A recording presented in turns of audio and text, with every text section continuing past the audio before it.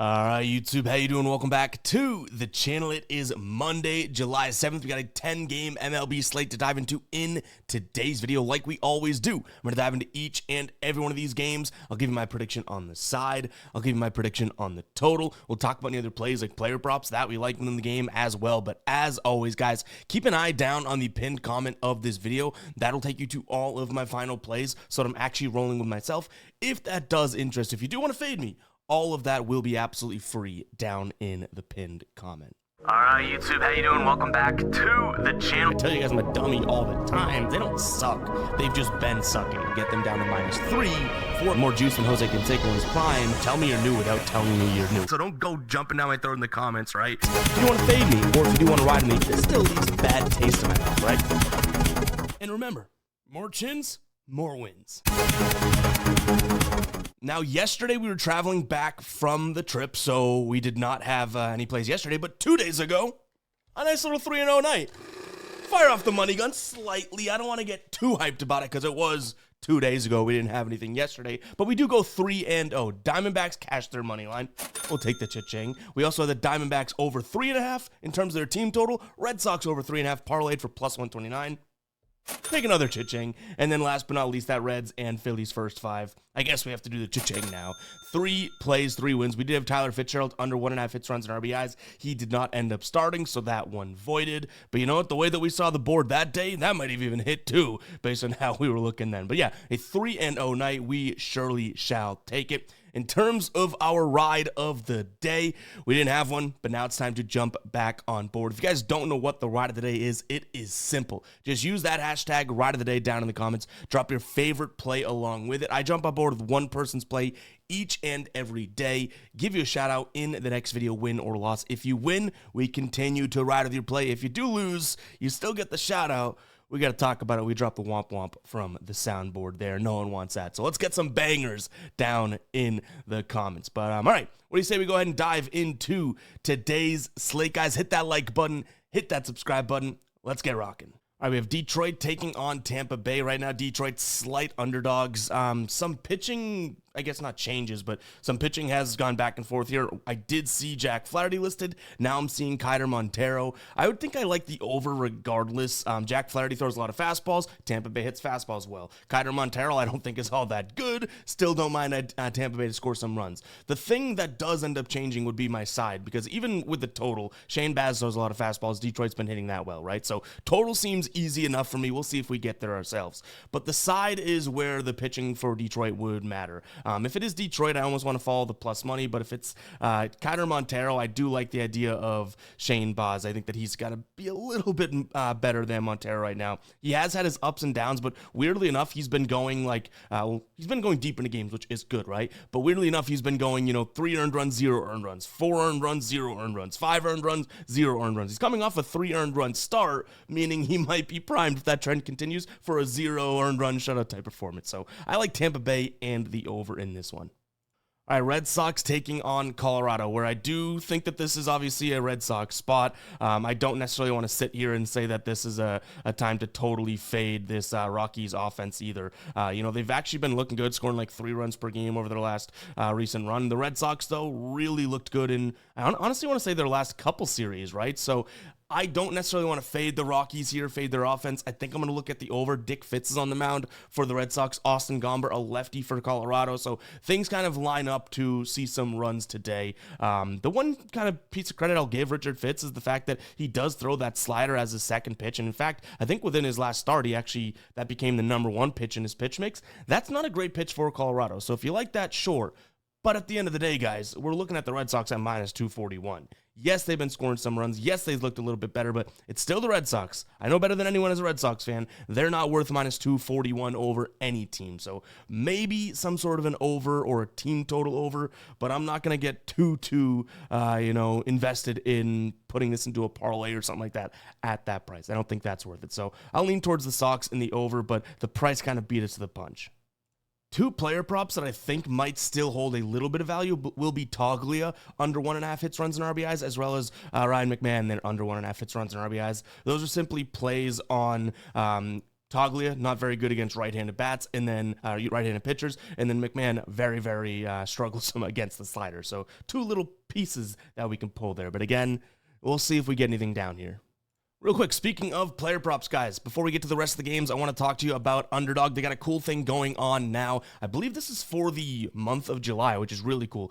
If you sign up today, you're going to get a couple things. First off, you get a deposit bonus up to $1,000. That is great, right? But second, you're going to get a random gimme pick, meaning a free square, essentially, right? We don't know what it is. I don't know what yours will be. You don't know what mine would be as a new customer today. So go ahead and check it out, guys. That will be available in the app once you do sign up. Use the link down in the description as well as the pinned comment. Again, Underdog, go check it out. If you don't know what it is, all you do is combine 2 or more player props into an entry. The more you get correct, the more you do get paid out. You can win up to like 1,000 extra money over an Underdog. Really, really fun. We jammed them a bunch in the MLB season, NBA season. Now it's time to start hammering it over on the MLB.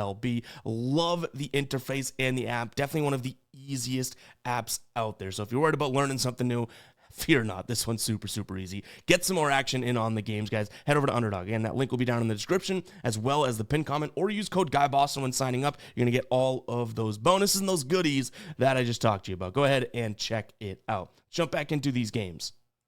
All right, Cincinnati taking on Miami. Jansen Junk against Brady Singer. I think you have to give the edge to Cincinnati, and I don't think that this price is that egregious, right? Anywhere in the minus 130s I kind of get. I mean, they're coming off of a couple tough series in a row. I mean, the Red Sox look really good offensively against them. Then they play Philadelphia, and it's like the Phillies' bats kind of woke up. Miami still really hot. 7 of their last 10 games they've won, but they've lost 3 of their last 5, so maybe, just quite maybe, they are slowing down. And I think Jansen Junk, as serviceable as he has been, he's definitely gettable, right? And Brady Singer on the other side has just been the average, mediocre pitcher that we've seen him plenty in the past. I used to be a big Brady Singer guy. He kind of weaned me off of it, right? So I like the idea of the Reds here. I think that they'll have somewhat of an advantage late in the game as well. But Brady Singer at home seems somewhat trustworthy. He's going to go sinker and slider. If that slider's on, it's a great pitch. The sinker, Miami doesn't hit that well already. So that's probably what I'll look at here. I don't mean to come off like I absolutely love Cincinnati or anything like that. I just think that that is the side for the price. If you're on Miami today,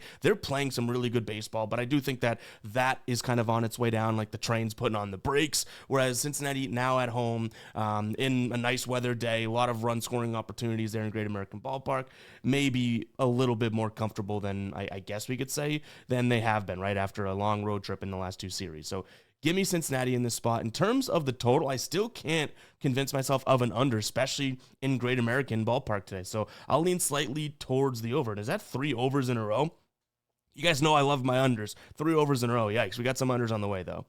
Speaking of hot ball clubs, we're talking about Toronto now. They have won 9 of their last 10, is it? I think it's 9 of their last 10 or 11, and they've won 8 straight games. I know that for sure. Jose Barrios is on the mound, who he's been either really good in his last 5 starts, so since like June, right? Last 5 starts been really good, or he's actually gotten hit up. The times that he's gotten hit up against Phillies and the Yankees, okay, fine. I don't think that we could sit here and say the White Sox are going to be that team, right?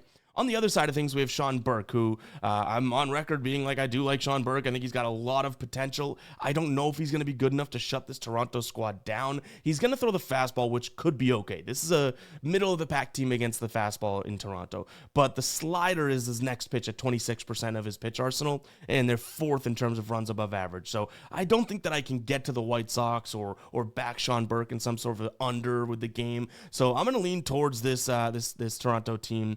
At minus 170, though, you're probably going to want to see that price, and maybe something changes and you can get them at a more consumable price. Because the only way that I'd play this right now would be on the run line, Blue Jays minus 1.5. But I think at that point, you might want to pivot and just take a peek at Blue Jays team total, kind of stretching it one more run in a sense like that. Because I don't necessarily, like usually we'd be looking at this being like, all right, let's look at the first 5 run line, right? Because then it's only a half a run. But I think that Sean Burke might be the biggest thing that the White Sox have going for them today. Not their bats, not their bullpen, their starting pitcher. You know what I mean? So give me Toronto some way, shape, or form. In terms of the total, yeah, I would kind of stick this just to the Toronto side of things. I don't want to have to rely on, picking an over and saying, okay, well, Chicago needs to give us a few. This is the Chicago White Sox. They could easily come in there and not really give us much, right? Especially after being in Colorado. Now they're back at home. Don't love them scoring a bunch of runs today. So maybe Toronto team total over is how we could look at some runs here. I think you can get like 4.5 right now, which again, if they're going to go out there and score 5, I think that's somewhat equivalent to the -1.5 run line. Moving on, we got KC taking on Pittsburgh. On the mound for Kansas City is going to be Noah Cameron, and on the mound for Pittsburgh is going to be Andrew Heaney. So we have two lefties here. I think I look at a first 5 under straight away. Reason being, I do like the idea of Andrew Heaney being a lefty and his pitch mix against this Kansas City team. And then Noah Cameron, I have said it multiple times. I think that the young kid is trustworthy and he's kind of a stud pitcher. And the only teams that he doesn't pitch well against are those really good offenses, right? So if he's going up against the Pirates, I do not, by the way, put the Pirates into the category of really good. I mean, they had that, little run, but then what'd they do against Seattle in their most recent series? Oh, right. 0 in game 1, 0 in game 2, 0 in game 3. The Pirates returned to form, right? Now, Kansas City's offense has been a little up and down, so we are again relying on Andrew Heaney to pitch well here, but we've seen a lot of good starts out of Andrew Heaney so far this year. He went, in that Chicago start, that Detroit start, and then that Milwaukee start, looked a little shaky, but in his most recent start, 6 2/3, 3 hits, 0 earned, 7 Ks, 1 walk against St. Louis. So hopefully he can do something like that again. I like the under in this one, definitely the first 5 under. I don't know how much I want to trust these bullpens, even though some of their numbers, like the ERA rank, their whip rank, are pretty good.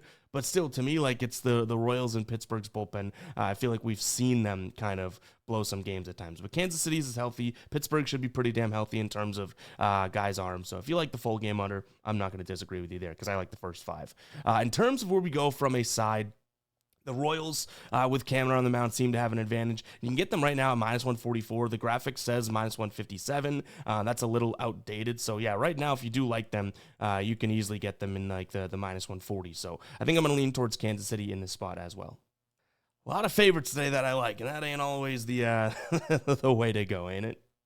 Real quick, guys, breaking up the action again, but I want to talk to you about our merch over on the Fade Me store. I got the Just Bet It tee on right now. We have a script hat here. This one might have sold out, during the winter, but ultimately, asking for your support. If you do want to support us, a great way to do so is heading over to fademe.store or guybostonsports.com/store, picking up some merch. The good news is, yes, it helps support us, but it's also legit quality product. This is not just some crappy t-shirt that we slap a logo on. This is a very nice t-shirt, doesn't shrink, super comfortable, fits well. We put a lot of time and effort into the right product and getting samples and the designs and all that. So yeah, if you've been thinking about it and you're like, oh, I like the show, I like Ev, check out some merch, guys. I don't think you'll be disappointed. In fact, we really kind of stand by that, right? Like, this is not, I told you guys before, not a huge cash cow thing, right? We put a lot of invested money into the merch, right, to make sure that you guys are getting good products. So just giving you the word that if you're looking for some products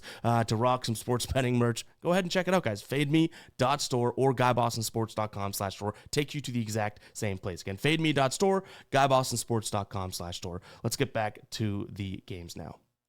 Milwaukee taking on the Dodgers. We have Freddie Peralta on the mound for Milwaukee going up against Yoshinobu Yamamoto. Peralta's been good, but he's been, I don't want to say sliding because his last few games, yeah, they've been a little sliding-esque, but ultimately, he still had a really, really good year. Yamamoto's obviously been fantastic, especially his last couple starts. I will say his last couple starts, Colorado and the White Sox. So let's pump the brakes a little bit.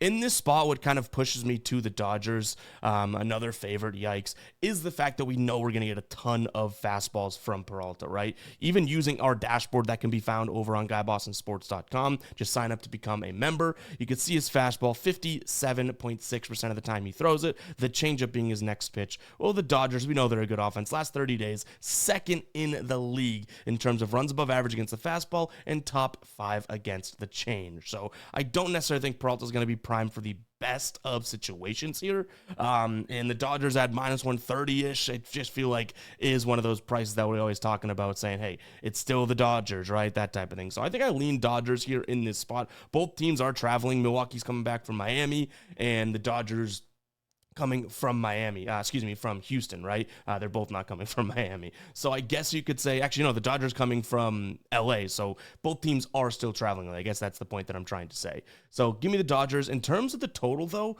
I almost want to say maybe Dodgers team total over. Again, I might be the crazy one in the room, but I do think that they'll be able to get to Peralta. And if we're being honest, that Milwaukee bullpen, as good as it has been at times this year, I don't really want to sit here and crown them king or anything. I don't think that this is necessarily the best of bullpens. I believe they're bottom 10 in ERA in the last 30 days and on the season for sure. Kind of middle of the pack in terms of whip. They do strike out a lot of guys, which obviously can be a problem, especially if you have the guys on base and a bunch of big hitters coming up in this Dodgers lineup. But still, I don't think that that's enough to say, okay, well, now I got to back Milwaukee. So kind of like the Dodgers team total over. That way, even if Peralta pitches okay, it's like, all right, well, once we get to the later innings, let's see what you got, Milwaukee, right? So yeah, give me a Dodgers team total over. If you can get that at 3.5, I'd pay a lot of juice for it, but 4.5, I don't mind either. Just worry about the travel for them, I guess, but they should be okay, right? All right, Houston taking on Cleveland. I have spent all morning trying to make an angle to get to Cleveland because it's Tanner Bybee versus Colton Gordon, and I want to back Bybee, right? He hasn't been all that great. Colton Gordon has looked whatever, right? But Colton Gordon's a lefty, which is the biggest problem here because this Cleveland team really does struggle against lefties. So in this one, I'm almost thinking that this is a first 5 under or a full game under. I trust Tanner Bybee in this spot. I really do. And Colton Gordon is a lefty. I don't think Cleveland should necessarily touch him. The reason I end up liking Tanner Bybee is he can't be this bad for this long, right? The cutter should be a great pitch for him today. He can also go to the changeup if he needs to. His slider, if that's not on, I mean, he's going to get tattooed anyways, right? Because that's a pitch that he can leave hanging. The fastball, Houston's hitting very well, so there are reasons to not love Tanner Bybee. I'm only saying that I think he'll be better because he can't be much worse. Like, this is a good pitcher, and he just got hit up by the Cubs, which is, it's understandable, right? Toronto before that kind of got to him. The Athletics did get to him, but Seattle, Houston, like, there's been, Houston, we'll talk about his last matchup against them in a second, but there's been some spots where it's like, yeah, excusable that he has been getting dinged up. The reason I do like him, again, last time he pitched against Houston, which was in the last month, I think almost a month ago tomorrow, 6 1/3 pitch. Now, this was in Cleveland, make that known. 2 earned, 6 strikeouts, no walks, only 5 hits, 88 pitches through those 6 1/3 innings. So I do think Bybee has what it takes to kind of perform here. His numbers against this Houston team in the past, not all that tremendous, but you could say the same thing about Colton Gordon. So I'm kind of throwing out the history against the lineups for, I guess, the sake of my argument. But again, it really comes down to, I think, Bybee steps up and Colton Gordon's a lefty. So maybe a first 5 under, but look at the line that we're at. The total's already at 7.5. I don't know how much of a good spot we can get to price-wise. If we had to pick a side here, again, I'm really trying to get to Cleveland because the plus money value on them seems to be there. I'm having a tough time, though. So ultimately, I still think that Houston probably is the side and not at that price. But if this was a righty pitcher, I think I could really make an argument for Cleveland. But it ain't. I mean, Cleveland's not really hitting anyone right now, but lefties still scare me for them. All right, Angels taking on Texas. We have DeGrom on the bump for Texas, going against Yusei Kikuchi, who he's been very good, and he's been very good specifically at home, which is what I really like to see. I don't mind the idea of Kikuchi here under 2.5 earned. Texas's lineup against lefties, even using our dashboard, you could see it right here. The lineup's been a little bit better, but lefties, they still do struggle. I don't mind a first 5 under backing DeGrom as well. I mean, DeGrom, look at how he greens out our charts. Obviously, he's absolutely phenomenal, but I think you have to get like under 4 for a juiced price, which we'll keep an eye on it. If it ends up making sense to us, it does, right? Maybe we pull the trigger. But what I like here for Kikuchi is the fact that the fastball's a main pitch of his, and then the slider, though this is a Texas team that hits the slider well, one, a lot of those guys towards the top of their lineup don't hit it necessarily well, and 2, his slider can be pretty damn good if his fastball's on, right? And Kikuchi's been really good at home this year. Like, let's not deny that. The one kind of concern I have for him, and I'm saying good things about him, is clearly against righties, he's a little bit worse. It's, guys, the color coding here tells it all, right? Green against lefties, orangish red against righties.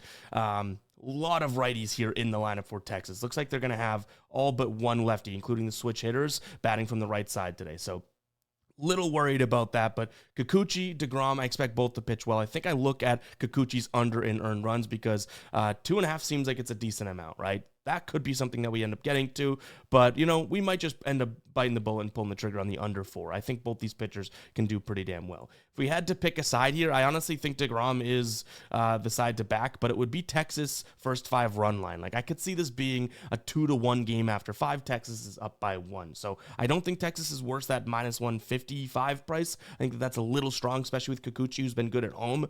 But to be able to get a little bit more value in the -0.5 run, that could be something that we consider, because even though I'm backing Kikuchi in some way, shape, or form today, DeGrom's still better than Kikuchi, and I believe that, and so should you. All right, San Diego taking on Arizona. Yu Darvish making a season debut potentially. I think he's expected to. It's not confirmed yet for the Pods here. Zach Gallen on the other side of things. As we know, I do like Zach Gallen. Don't know if I love him in this matchup against Yu, but we don't really know what Yu Darvish is going to bring to the table, right? Both these guys have been good. Yu Darvish, we don't even know if he's going to be very good today. Gallen has been a lot better on the road, though, and he is throwing a fastball, obviously, like he always has, that I don't think San Diego's going to be all that great at hitting. Now, San Diego's worst against lefties. Zach Gallen's a righty, but 24th in terms of runs above average is where the Padres sit right now in the last 30 days against fastball. So I think this is probably the first underdog that we look at today, backing Zach Gallen against a Yu Darvish. You know, in theory, if both these guys were firing on all cylinders, that still doesn't make that's not too crazy, right? Because Zach Gallen hasn't been great this year, but you know what, even when he was good, he was phenomenal. Yu Darvish obviously hasn't been that great that year, not playing, but you know, these two guys at their prime, you can make the argument Gallen is worth backing, right? So that's kind of how I'm thinking about it. I don't even know if that makes sense to you guys, but it's almost like, well, yeah, Gallen has been bad, but we don't even know what we're getting out of Darvish. So starting pitching advantage, call it a wash. Offensively, I do think that this is a far better offense on the Arizona side of things. It's just a matter of if Yu Darvish can go out there, cause ground balls, just absolutely make them look like fools, right? And Arizona, I think, is coming off of, did they score 0 runs in their last game? I believe so, because we took their over the game before, right? So I think this is a nice little bounce back spot from them. For what it's worth, Darvish doesn't have the greatest of numbers against this Diamondbacks roster either. So, you know, he's almost 40 years old now. Who knows what we'll be getting out of him? Give me Arizona here on the money line. In terms of where we go from a total perspective, this is tough because I'm backing the Diamondbacks because of their offense, not because of Zach Gallen. But I do think Gallen needs to pitch well and suppress this Padres offense to be able to, you know, feel comfortable here. So maybe it's a Diamondbacks team total over. That way we don't need to back Zach Gallen. As much as I love him, you guys have tried to steer me straight and be like, stop being biased towards Gallen. So yeah, maybe a team total over on the Diamondback side of things. Because even if we do get to the bullpen for San Diego, like as good as the bullpen is, we've definitely seen some issues from them lately. And a lot of their key arms have gone. I think everyone in their bullpen has at least pitched once in the last 2 days. So I think that that's pretty important to note. So give me a Diamondbacks team total over. But again, kind of want to back the Diamondbacks money line as well. But it might just be smarter to say team total over. I feel like we ranted about that one, but clearly I'm a little confused as to what we want to do. San Francisco taking on Philadelphia. We have Landon Rupp on the mound going up against Christopher Sanchez. Sanchez is obviously a good pitcher, right? Pitcher from the left side. That's a side that San Francisco does not seem to hit all that well. He's going to throw the sinker and changeup combo. Neither one of those work out for them. And I think we're starting to see a little bit of that Phillies offense come to life, right? I mean, not like in a crazy way, but they're not giving you the 1-2 runs now. Last series against Cincinnati, 6-5-3. I do get concerned if they're on the road. They're definitely a far worse offense on the road. That is no question. But it's not like this San Fran offense has been absolutely crushing it at home. At the beginning of the year, if we flash back, they were incredible at home, right? But they've played so many road games in a row.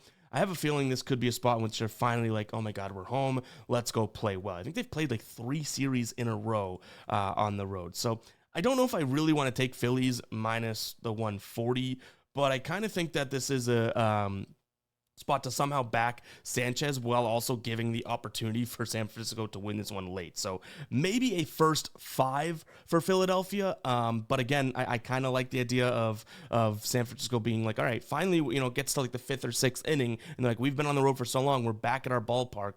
Now we're comfortable. You know what I mean? I don't know if it'll happen right away though. So Phillies first 5, I rarely do this, but sometimes we've called this pretty well. Phillies first 5 full game, San Francisco. I also don't think it's going to be high scoring, but look at the total. It's all the way down at 7. No one thinks it's going to be high scoring, right? So yeah, I think it's a nice spot. It's also worth noting that it's going to be a little cool in San Francisco by the time this game kicks off. Philadelphia, definitely a fair weather offense in a sense. Like, I don't mean that these guys are fair weather in terms of they can't hit in the cold or anything like that. It's still like 63 degrees, not that cold. But when weather's really nice and nice breeze and whatnot, especially at home, they crush it. They kind of struggle in some weather conditions, whereas San Francisco might be a little bit more comfortable there playing half their games, in San Fran this year. But yeah, it's going to wrap it up for today's show, guys. Hope you guys did enjoy. If we add anything, like a couple player props we might find throughout the day, I'll make sure to add them into our final plays. Again, that link is down in the description and the pinned comment. But we'll add it and give a little blurb as to why we like it if we do end up throwing something in. But that's going to wrap it up. If you guys did enjoy, if you did, hit that like button, hit that subscribe button. Catch you guys in the next one, right? Peace out.